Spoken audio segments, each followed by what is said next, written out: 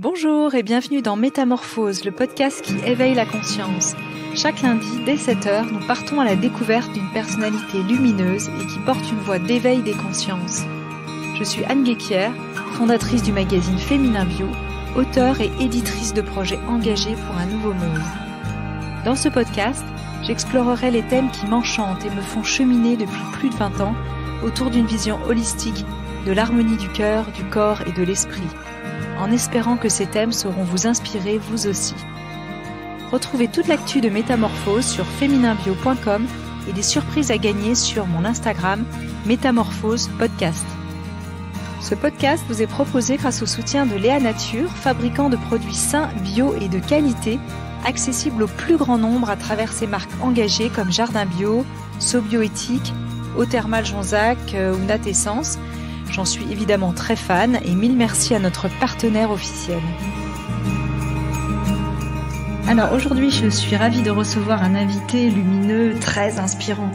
Alors de formation au départ professeur de sport, c'est un homme qui a pas mal baroudé dans la conscience et qui s'est intéressé à un sujet qui nous concerne tous, que nous soyons en couple ou célibataires, que nous soyons amoureux ou pas, que nous soyons jeunes ou moins jeunes.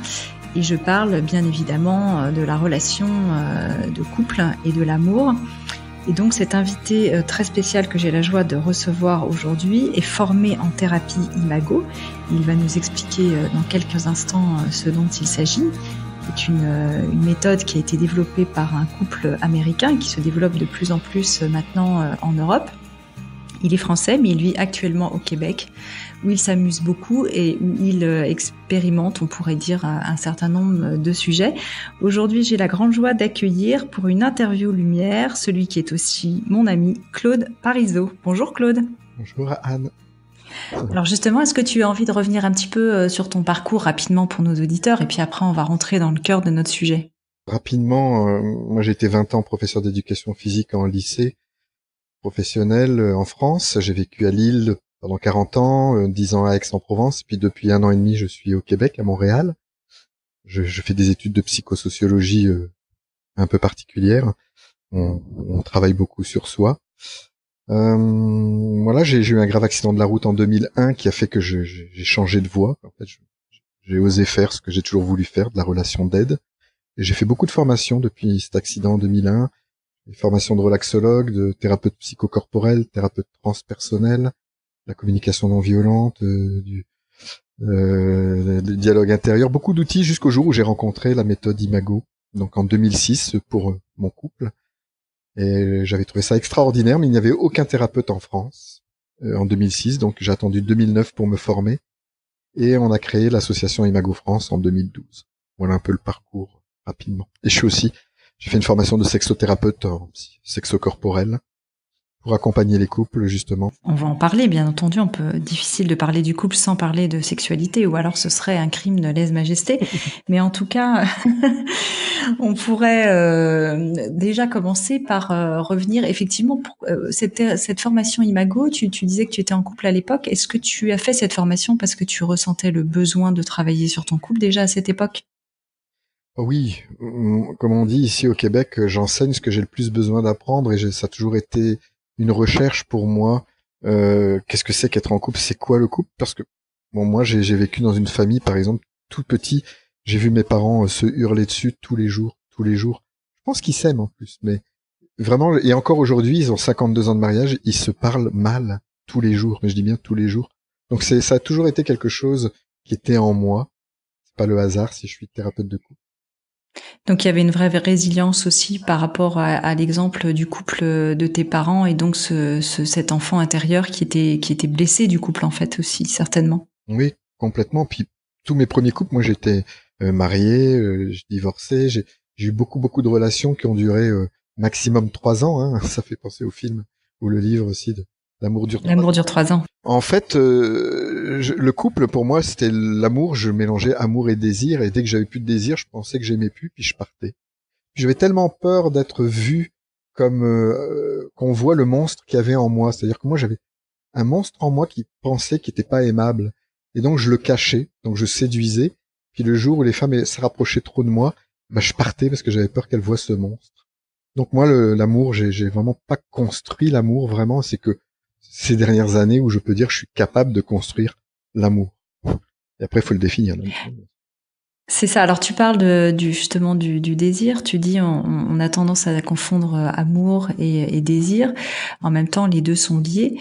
Comment distinguer que je peux désirer l'autre sans l'aimer ou l'aimer d'ailleurs peut-être même sans le désirer et l'aimer aussi en le désirant. Tout ça finalement on l'apprend pas à l'école ni généralement en famille. Est-ce on aurait besoin finalement d'avoir plus de conscience à ce niveau-là? Oui, ça, pour moi, c'est sûr que c'est déjà la relation de couple. Moi, la façon dont j'accompagne, c'est de mettre simplement de la conscience sur ce qui se passe quand il y a des conflits ou quand il y a des choses qui vont pas, même quand ça va.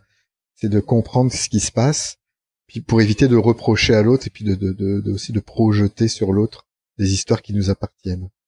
Maintenant, quand tu parles je vais avoir du mal à définir l'amour. On pourra en parler des heures. Hein, c'est un sujet philosophique qui fait débattre depuis tous les temps, mais moi, ce que je découvre, par exemple, c'est que l'amour, c'est une décision.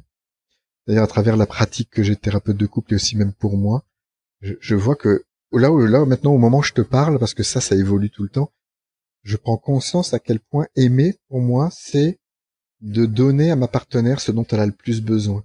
C'est-à-dire, si elle a besoin de liberté, et même si moi j'ai envie qu'elle soit là plus souvent, mais c'est de lui donner cet espace, c'est de lui faire confiance, de vraiment lui donner ce qui l'aide à s'épanouir et à grandir spirituellement, socialement. Et plus je lui donne ça, plus moi, je la sens disponible avec moi, et plus moi, je sens que mon amour, il grandit. C'est pas un amour qui prend, qui veut, comment dire, qui veut s'attacher, quoi, qui veut aliéner.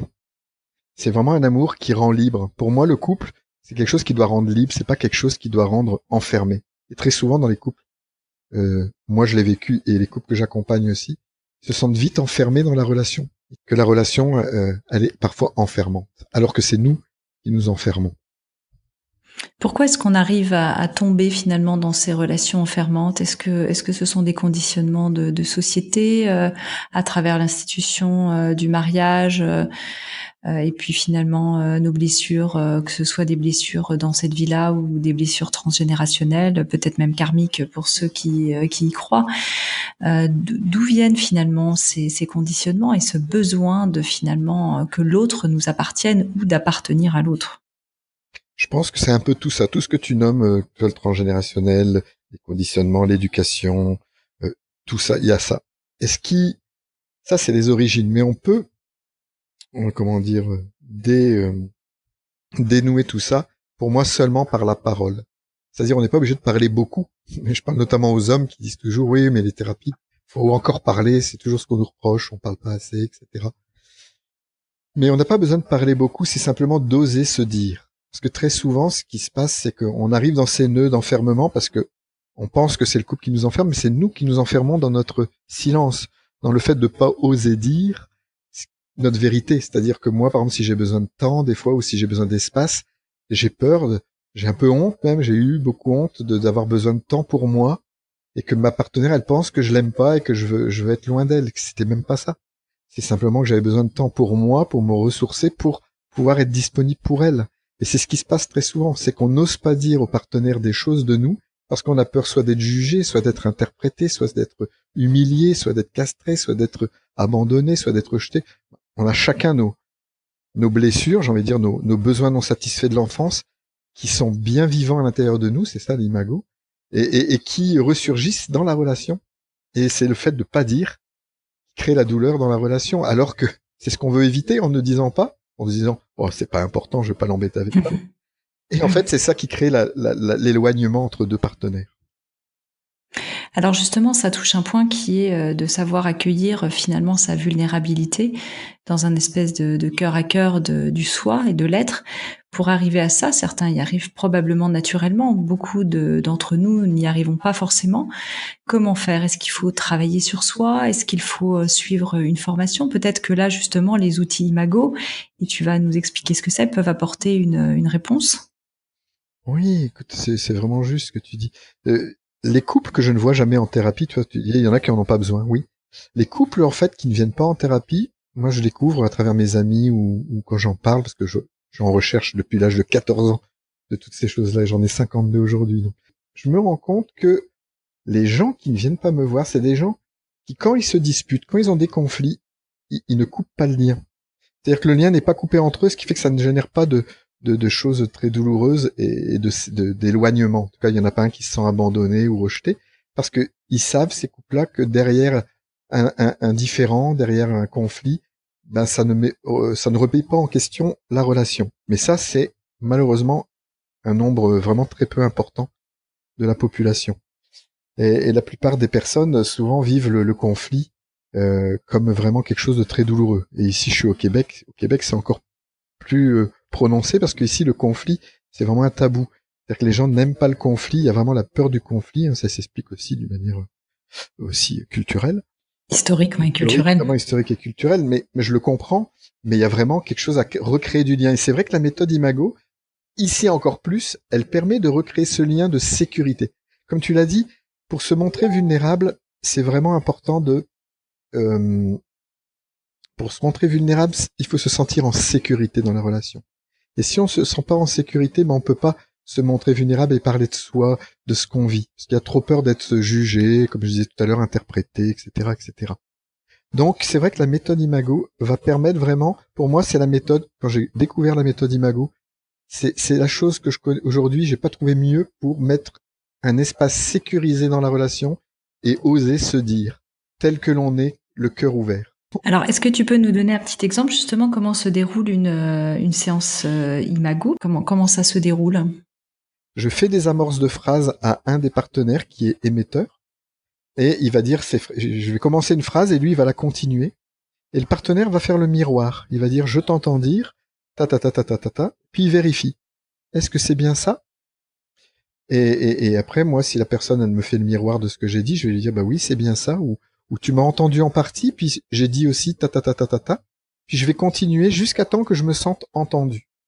Donc les deux partenaires parlent la même langue dans ce genre de dialogue. On est sur les mêmes ondes, ce qui vraiment facilite la communication, parce que très souvent dans le couple, quand on discute, on est chacun dans nos mondes. Et puis on va dire quelque chose, et puis le partenaire, il va l'entendre avec ses mots, avec son monde à lui, et puis il pense qu'il a entendu, mais en fait, il met déjà un filtre de son monde, et les deux partenaires sont plus sur les mêmes longueurs d'onde. Tandis que là, on va apprendre à être sur un petit pont, on va aller dans le monde de l'autre. Quand on écoute dans le monde de l'autre, et on est un miroir. On est un miroir, ni convexe, ni concave, pas déformant. Vraiment un reflet exact de ce que dit l'autre. Avec ses mots, si possible, mais l'important, c'est d'écouter avec son cœur, et puis de le refléter au plus près de ce qu'il a dit. Et le dialogue va se poursuivre, et moi, à chaque fois, je vais faire des amorces de phrases qui vont emmener les personnes dans leur cœur. Le problème, en fait, qu'ils vont amener, c'est pas le problème. Le problème n'est jamais le problème dans un couple. C'est la partie émergée de l'iceberg. Nous, on s'occupe de la racine, c'est-à-dire du besoin non satisfait qui remonte à 99,9%, pour pas dire 100, à l'enfance. Et moi, j'apprends au couple à s'écouter, parler chacun à leur tour. Il y en a un qui parle, l'autre écoute. Puis après, celui qui écoute, il va faire un résumé de ce qu'il a entendu. Il va valider dans le monde de l'autre. Ah, bah, ça fait sens que quand je fais ça, tu puisses vivre ça maintenant. Parce que ta ta ta ta ta ta ta. Et on vérifie, est-ce que je t'ai bien compris? Puis après, on fait de l'empathie aussi. Puis j'imagine que dans ces moments-là, toujours le récepteur, celui qui écoute, il dit, ben j'imagine alors que dans ces moments-là, quand je fais ça, tu puisses te sentir triste, abandonné ou en colère. Puis on vérifie, est-ce que c'est bien ça? Dans ce dialogue, on est toujours on vérifie toujours qu'on est vraiment sur la même longueur d'onde. Et c'est ça qui fait que c'est puissant et que ça répare. C'est qu'on est vraiment en connexion. Et c'est la connexion qui répare. C'est la connexion qui fait ressurgir l'amour dans une relation. Et pourtant, la façon dont tu l'expliques, et pour l'avoir vécu en thérapie Imago, il y a toujours un côté un peu artificiel, effectivement, de mettre cela en scène, et qui n'est pas forcément spontané au départ, c'est-à-dire le rephrasing, l'écoute active, qui, même si elle est dans un cœur à cœur, reste artificielle, puisque dans la vie de tous les jours, c'est pas forcément ce qu'on fait spontanément. Et pour autant, ça fonctionne, en fait, ça reprogramme véritablement les couples. Ah oui, mais merci de poser cette question, parce que t'as raison. Dans ces stages-là, justement, il y a des couples qui viennent puis ils disent, ah non, mais on va pas quand même parler comme ça tout le temps. Mais oui. C'est vrai, c'est bien que parce que en fait, ça, j'invite les couples à le faire une fois par semaine dans des dialogues précis, avec vraiment une structure parce que ça va leur permettre de se connecter et aussi de relier leur cœur au moins un moment, pas se perdre, tu vois. Mais c'est sûr qu'on va pas parler comme ça tout le temps et c'est pas évident de le faire. C'est quelque chose qui est comme un exercice à faire. De toute façon, pour moi, la relation, comme je disais, c'est une décision. C'est une décision aussi d'alimenter la relation. Il n'y a pas de recette miracle. Nous, on n'est pas des sorciers. Moi, je propose des choses au couple, mais s'ils font pas le travail à la maison, c'est-à-dire s'ils se connectent pas au moins une fois par semaine, pour dire, je dis une fois par semaine, comme je pourrais dire, chacun ça va être différent, mais si les couples ne le font pas, je remarque que le jour où ils ont vraiment un souci vraiment important dans la relation, s'ils le font pas régulièrement, ils n'ont pas assez confiance dans l'outil, dans la méthode pour oser se mettre en dialogue face à face et parler du problème qui surgit. Donc c'est quelque chose qui demande un entraînement pour enlever les pelures d'oignon. Vous voyez, si on met le cœur comme qu'on protège au fur et à mesure de l'année, et puis on peut imaginer le cœur comme un oignon. Et plus on fait des dialogues, plus on enlève une couche et plus on peut ouvrir notre cœur et plus on peut se montrer vulnérable et vraiment parler de ce qui est vraiment important dans la relation, plutôt que de rester sur la partie émergée qui va revenir en plus systématiquement si on n'en parle pas. Alors justement, en neurosciences, est-ce que on voit que au niveau cognitif, il se passe vraiment de la reprogrammation et que à force de faire ces exercices, ces couples-là, je dirais, arrivent à réenchanter leur couple ou en tout cas à s'accorder, à se mettre au diapason, à être sur la même longueur d'onde, comme tu disais? Oui, il y a un neuroscientifique qui s'appelle Paul Hurley. Je crois que sa femme est thérapeute imago et il a voulu comprendre pourquoi cette méthode était aussi efficace, parce qu'eux ils le feront dans leur couple. Et il a étudié donc sur pas mal de personnes et il a pu mettre en évidence que le fait de faire le dialogue imago, de faire le miroir, un miroir neutre, bienveillant, pas perroquet pour reprendre, j'ai pas répondu à ta question tout à l'heure, mais c'est un miroir où on écoute avec le cœur. Le but c'est pas de répéter mot pour mot ce que dit l'autre, c'est vraiment de l'écouter avec le cœur et de redire le plus près possible de ce qu'il a dit, de redire ses mots. Mais c'est pas grave si on dit pas exactement les mêmes mots. Mais en tout cas, lui, il a vu que ce dialogue permet de créer des nouvelles connexions neuronales et de déconnecter le cerveau reptilien, notamment l'amygdale qui se trouve dans la zone cerveau émotionnel. Je dis peut-être je simplifie au maximum, mais je m'excuse auprès des spécialistes du cerveau scientifique. Mais en fait, ce qui se passe, c'est que le fait de faire le dialogue, on crée des connexions neuronales et on anesthésie l'amygdale qui va venir déconnecter très souvent le néocortex, c'est-à-dire le cerveau intelligent, quand il y a une réaction, et ce qui donne toute la place dans ces moments-là au cerveau reptilien, au cerveau animal, celui qui se protège et qui est là pour la survie. Donc, qui a peur. Voilà, qui a peur et qui là, il est là pour la survie. Et lui, dès qu'il y a une petite dispute, lui, il détecte ça et puis il dit danger de mort, en fait, danger. C'est ça. Voilà. Et en fait, plus on fait le dialogue, plus on peut anesthésier cette amygdale. Moi, j'appelle Brutus mon cerveau reptilien, et plus je peux laisser Brutus à la niche. Et c'est vraiment ça qui se passe. Moi, je le vois parce que j'ai mis du temps, hein, même moi en tant que thérapeute imago, j'ai mis du temps à pratiquer cette méthode pour moi-même, parce qu'il n'y avait pas de thérapeute dans mon coin quand j'ai commencé. J'étais un des premiers en France. On était une dizaine, et j'avais pas de thérapeute, ce qui fait que je me sentais pas en sécurité. Mais aujourd'hui, je veux dire, je vois que mon partenaire, c'est jamais lui le problème. C'est vraiment lié à mon histoire. Donc même quand je sens que j'ai une forte réactivité, certainement que des fois je vais critiquer ou bien je vais dans le moment je vais pas être juste par moment, mais je sais que je vais revenir tout de suite et puis après je vais demander à ma partenaire, de m'aider à comprendre pourquoi je réagissais et de prendre la responsabilité de mes 90%, parce que c'est 90% mon histoire qui fait que je réagis. Et je propose à ma partenaire de m'aider à comprendre pourquoi je réagis dans ces moments-là, parce que ça serait un autre homme, il réagirait pas de la même façon pour la même situation. Alors justement, quand tu dis quand même je laisse Brutus à la niche, donc on parle aussi du mental qui a peur. Alors mental, on en a besoin, l'ego, on en a besoin, on sait que c'est l'instinct de survie, que ça nous aide dans plein de situations à être focus, à prendre les bonnes décisions et puis à faire avancer les choses. Donc ça, on est d'accord là-dessus, on en a besoin.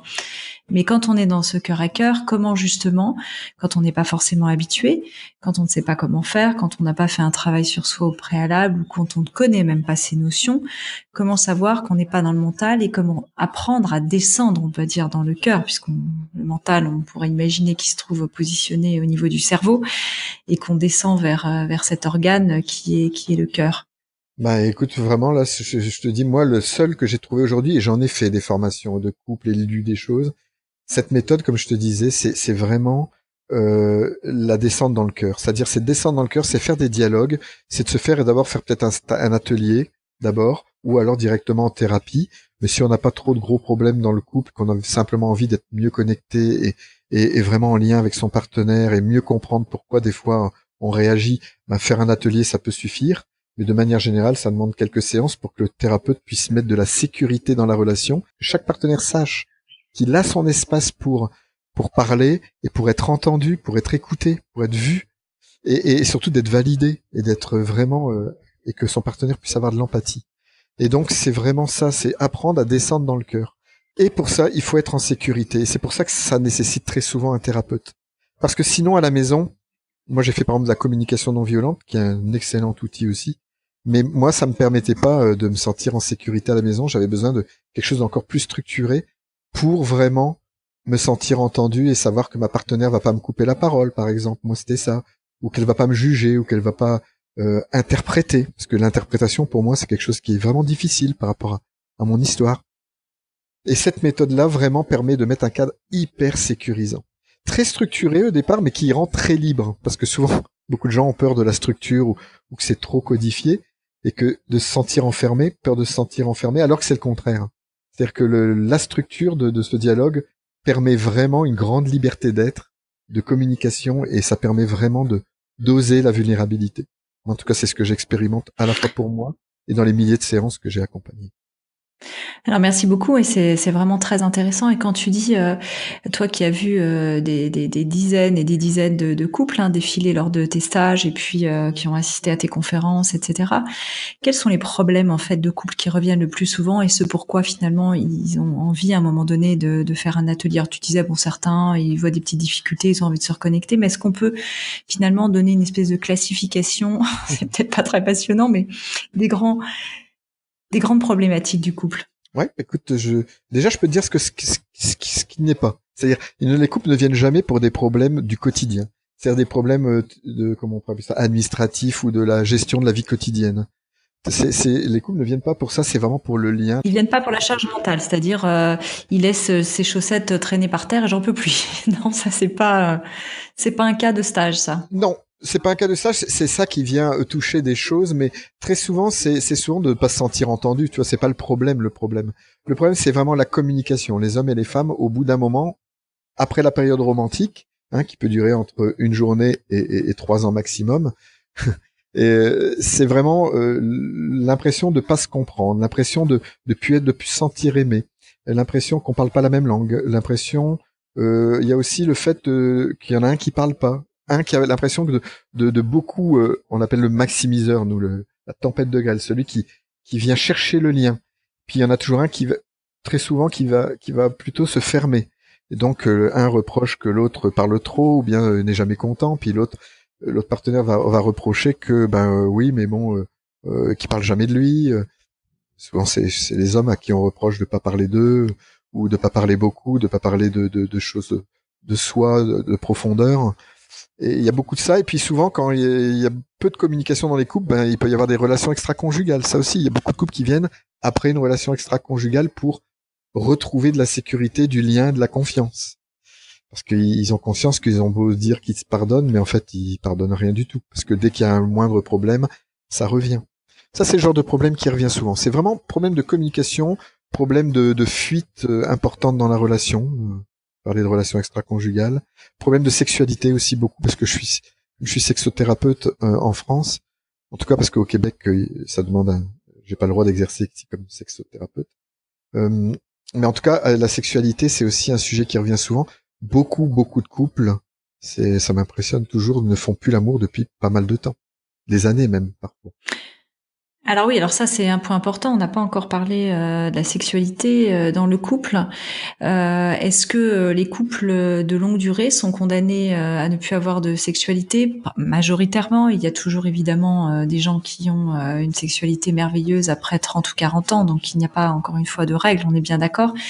Mais globalement, est-ce que avec le temps, la lassitude, le compagnonnage, on pourrait même dire, le couple a quand même plus de mal à se réenchanter au niveau de sa sexualité et tombe un peu en berne, et là, qu'est-ce qui peut être réactivé? Oui, c'est pas une fatalité, hein, j'ai envie de dire, c'est pas une fatalité, mais c'est vrai que très souvent, voilà, beaucoup de couples font plus l'amour, et puis parce que il y a l'usure du couple, il y a le fait de pas en parler, c'est surtout ça. Moi, déjà, je commence déjà, même si en parler, ça suffit pas pour faire l'amour. Et là, je vais citer Esther Perel, qui en parle pas mal aussi dans ses livres.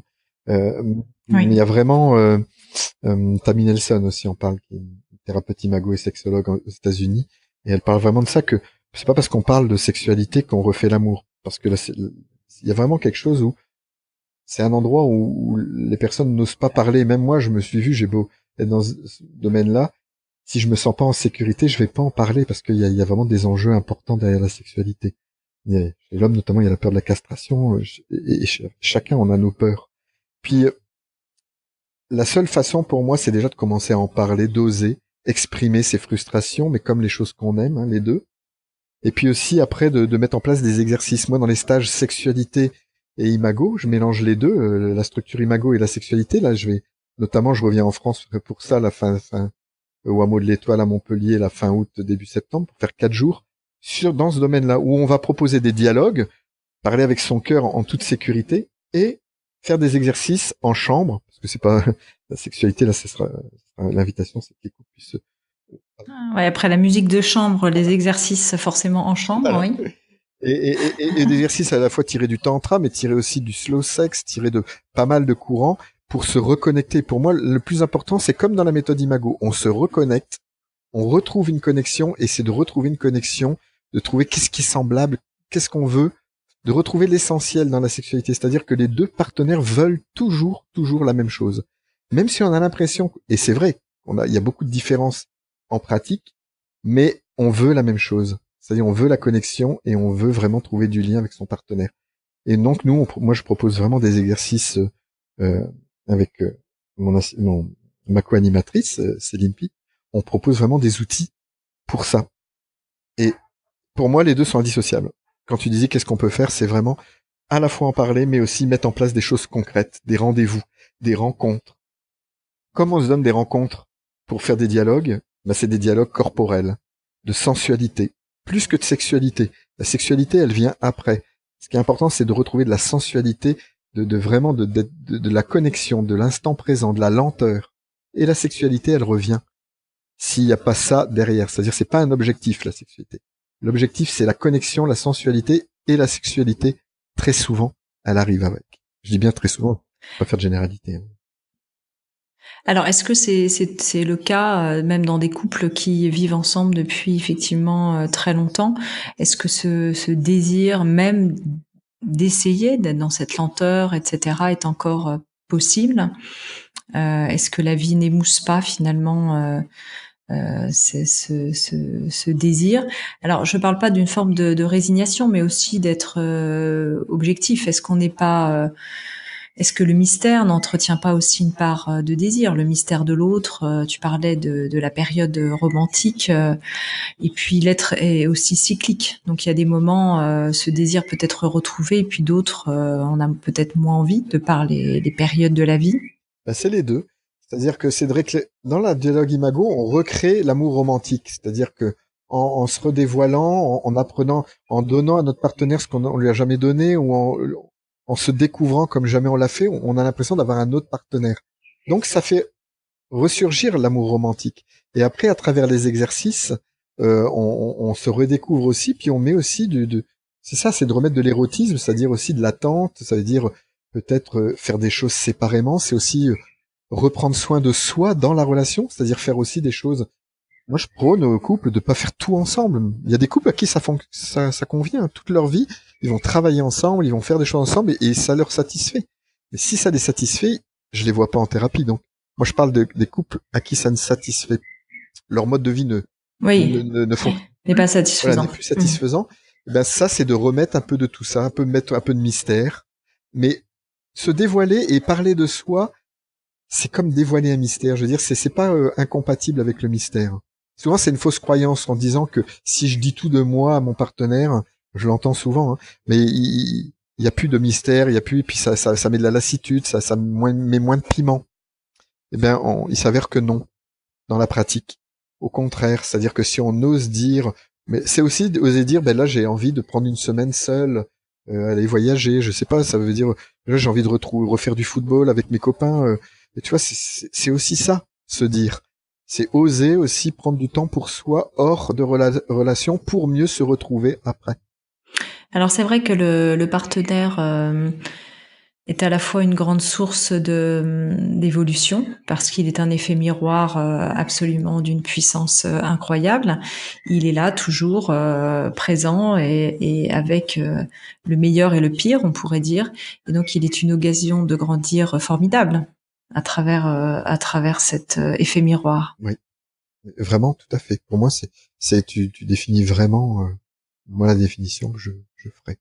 Est-ce que le couple, est-ce qu'on est là pour justement réparer quelque chose, hein? On parle beaucoup de couples de réparation. Beaucoup de gens se marient en fait. On se marie en général relativement jeune, bien que maintenant de moins en moins.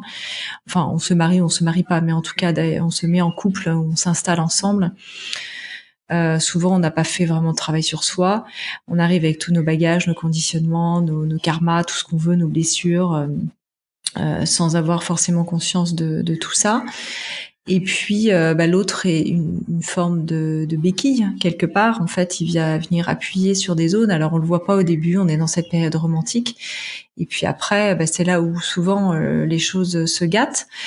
Est-ce qu'il y a vraiment un manque de conscience, de préparation en amont de ce qu'est l'autre, ou est-ce que c'est simplement cette phase à traverser, et puis peut-être même une fois qu'on est réparé de sa blessure et qu'on a compris ce qu'on venait finalement réparer avec l'autre, peut-être le temps n'est plus au cheminement avec cette personne, parce que ce qui devait être appris a été appris. Ça peut arriver, bien sûr qu'il y a des relations où quand on a mis de la conscience sur ce qui se passait, le couple se rend compte que c'était un passage et que ils ont plus envie de continuer ensemble. C'est vraiment le couple qui décide. Moi, je n'ai jamais la volonté de faire en sorte que le couple reste. Moi, mon but, c'est que le couple remette de la conscience de pourquoi ils se sont rencontrés, de qu'est-ce qui se passe dans leur relation, et est-ce qu'il y a toujours de l'amour, est-ce qu'ils ont envie de continuer. Mais c'est vrai que s'il n'y a pas de conscience, l'autre va être une béquille. C'est-à-dire que l'autre, si on met pas de conscience, on va projeter sur l'autre tous nos manques du passé. C'est ça, Imago. Imago, ça vient de Jung. Hein. C'est toutes les caractéristiques positives et négatives qu'on a intériorisées en nous, enfants, de nos parents et des gens qui se sont occupés de nous, enfants. Et le couple, ça serait de récupérer notre entièreté. On rencontre une personne qui possède toutes les choses, les caractéristiques positives et négatives de nos parents, mais toutes des choses qu'on a enfouies, nous, dans notre congélateur enfant, parce qu'il n'y avait pas la place pour l'exprimer. Donc le couple, ça serait de récupérer son entièreté. Mais en même temps, on rencontre un partenaire qui est la personne la moins peut-être adaptée au départ à nous donner ce dont on a le plus besoin. Parce qu'on vient appuyer sur son bouton rouge à lui aussi. Et s'il n'y a pas de conscience, on peut vraiment jouer cette danse pendant des années. Je pense à un couple que j'ai eu qui a 62 ans de mariage, j'en parle souvent de mon plus vieux couple, et qui ont pris conscience qu'ils se disputaient tout le temps depuis 60 ans sur le même sujet, et qu'à la fin, ils voulaient la même chose. Ils en avaient aucunement conscience. Et ils étaient tristes de ça, mais moi je leur disais, mais c'est magnifique le chemin que vous faites, il n'y a pas d'âge. Et c'est ça, c'est de prendre conscience que notre partenaire, possède des choses, et il va nous aider à les réparer simplement en étant là, présent. Mais c'est nous qui devons nous donner aussi à nous ce dont on a le plus manqué, parce que notre partenaire va pas être parfois la meilleure personne. Et quand on a réussi à réparer, pour répondre à ta question, quand on a compris ce qui s'était passé, que notre partenaire nous donne ce dont on a le plus manqué, moi, de mon expérience, non, on passe pas à autre chose. On va dans un endroit plus profond de la relation, où le cœur est plus ouvert, où on va découvrir d'autres choses de nous, parce que ça n'arrête jamais. Il n'y a pas un moment où on est un produit fini, où on n'a plus rien à comprendre de rien, où on a tout réparé, puis qu'on s'ennuie dans la relation. Ça ne marche pas comme ça, en fait. C'est-à-dire qu'il y a toujours des choses à découvrir, et ça va de plus en plus profondément. Et je pense que moi, c'est ce que je commence à découvrir pour moi, c'est là qu'est l'amour. C'est-à-dire, c'est là qu'on découvre un amour qui est plus fort que le désir, plus fort que l'amour quand on se rencontre. C'est vraiment où on connaît la personne d'une manière tellement vaste, on sait qu'on peut s'appuyer dessus, qu'on peut lui dire des choses profondes de nous, ça ouvre vraiment notre intimité. Parce que moi, c'est l'intimité vraiment qui est derrière tout ça. C'est comment être intime dans une relation de couple, et c'est apprendre aussi à être intime avec soi.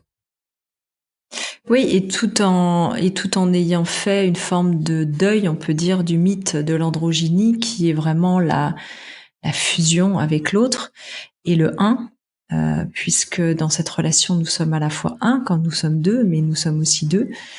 Donc c'est là où il faut encore une fois beaucoup de conscience. Il y a aussi cette nostalgie chez bon nombre de personnes de l'ailleurs, de la fusion avec du divin et donc de la quête de l'autre dans cette fusion absolue.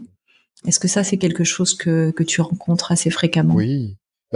La méthode Imago, on dit je t'entends me dire. Rien que le je t'entends dire quand on est récepteur, c'est pour se différencier. On apprend au couple à se différencier parce qu'il y a beaucoup de problématiques liées à la fusion. Où on a l'impression que si on pense ça, l'autre doit penser la même chose, tu vois. Et moi, je trouve qu'aussi que le couple, c'est 1 + 1 = 2 et 1 + 1 = 3 aussi. Il y a plusieurs entités dans la relation. Et c'est, pour moi, essentiel. Et comme je disais, il y en a qui sont très bien dans la fusion et tant mieux. Je veux dire, je veux pas enfermer. Chaque couple est différent aujourd'hui. Pour moi, il y a autant de couples que de façons d'être en couple dans le monde d'aujourd'hui. Alors que il y a 50 ans, il y a une façon d'être en couple. Ça a tellement évolué que chacun doit trouver sa forme. Mais que moi, ce que j'ai envie de dire, c'est que si une forme ne nous satisfait pas, on peut toujours en sortir. Et la différenciation, le dialogue Imago permet ça, en tout cas. C'est une des choses que j'accompagne, oui. D'apprendre à être différent, tout en ayant les mêmes objectifs, en tout cas, en voulant cheminer ensemble. On peut cheminer ensemble en étant pleinement différents. Alors Claude Parisot, c'est passionnant, tout ce que tu racontes sur Imago, ton parcours, ton expérience aussi de sexologue. Et là, on s'achemine à la fin de ce podcast et je pense qu'il faudra qu'on reprenne rendez-vous pour en faire un deuxième. Il y a une question que je pose systématiquement dans ce podcast qui s'appelle Métamorphose, pour éveiller la conscience, et qui est qu'est-ce qui t'a permis toi d'oser déployer tes ailes pour vivre ta métamorphose? Est-ce qu'il y a eu un moment déclic? Est-ce que ça a été un cheminement? Est-ce qu'il y a quelque chose qui te vient à l'esprit quand je te pose cette question? Ah bah carrément. Moi je l'ai fait aussi avec les gens et puis je me souviens qu'une de mes amies faisait ça aussi, demander aux gens qu'est-ce qui fait qu'ils ont basculé comme ça. Moi c'est clairement mon accident de moto le 12 décembre 2001. J'avais peur, j'étais prof, je pense que je serais resté prof toute ma vie. Non pas que j'aimais pas, puis je pense que en tant que prof de PS, je me suis épanoui pendant un moment. Mais voilà, j'avais tellement peur de la vie que je suis resté à l'école, hein, et je suis resté dans ce que je connaissais. L'accident a permis de déposer mes peurs au sol en même temps que mon dos, avoir cassé mon dos, ma jambe, tout mon corps. Et 1 an d'hôpital m'ont fait prendre conscience que j'avais une deuxième chance et que il était temps que je fasse ce pourquoi j'étais vraiment fait, c'est-à-dire de la relation d'aide, sans savoir que j'allais faire ça aujourd'hui, mais je savais que je voulais faire autre chose qu'enseignant. Je trouve que l'éducation nationale me freinait. Je trouve que l'éducation nationale voilà, je pouvais pas faire ce que je voulais, ce que je ressentais. Il y avait trop d'enfermement. Donc voilà pourquoi cet accident a été pour moi une aubaine. Une révélateur, ouais. Et puis, 1 an de bonheur, quoi, de l'hôpital. Ça a été du bonheur pour moi d'être là-bas et de revivre, de m'ouvrir à la vie. Et enfin, pour terminer cette question existentielle, qu'est-ce qui te taraude dans la vie? Quelle est la question que tu te poses, à laquelle tu n'as pas de réponse et que tu aimerais éclaircir? Quelle question existentielle finalement te poses-tu, Claude? Ah, c'est amusant que tu me poses ça parce que je fais une maîtrise de psychosociaux professionnels et où le sujet c'est nous. Et mon sujet, et sans l'avoir vraiment encore bien, ça fait 1 an maintenant que je tourne autour, moi c'est vraiment l'intimité. J'en ai parlé à la fin là, c'est qu'est-ce qui fait, moi en plus qui était abîmé dans mon intimité, comment je fais pour accompagner les gens là-dedans? Moi c'est comment on fait pour être intime, c'est quoi l'intimité et comment on fait pour être vraiment en intimité avec l'autre. Ça c'est lié à mon histoire et puis je découvre que c'est aussi être avec moi, intime avec moi, mais ça veut dire quoi être intime avec moi? Tu vois, ça c'est encore j'ai vraiment pas toutes les réponses. Comment je fais parce que je pense que si je m'aime vraiment et si vraiment j'apprends l'intimité avec moi, je serai vraiment un bon partenaire pour ma compagne. Et je pense que c'est ça aussi. Claude Parisot, merci infiniment pour cette interview lumière en ma compagnie et en notre compagnie, puisqu'on a des auditrices et des auditeurs. Je suis sûre qu'ils auront apprécié de comprendre comment mieux finalement danser leur relation de couple dans leur vie avec eux-mêmes, mais aussi avec leurs partenaires, et qui pourront se libérer et éveiller leur conscience en mettant beaucoup de lumière dans ces relations. Claude Parizeau, merci. Merci Anne. Merci de nous avoir écoutés. Pour me retrouver chaque semaine, abonnez-vous gratuitement sur Apple Podcast ou sur votre plateforme préférée. Si vous aimez le podcast Métamorphose, n'hésitez pas à le soutenir pour favoriser sa diffusion en lui donnant 5 étoiles. Et découvrez en avant-première la personnalité de la semaine sur Instagram à l'adresse Métamorphose Podcast. Merci encore infiniment à notre cher partenaire officiel, Léa Nature, engagé de nature, et premier fabricant français indépendant de produits bio et naturels, dont ces marques bio reversent 1% de leur chiffre d'affaires pour la planète.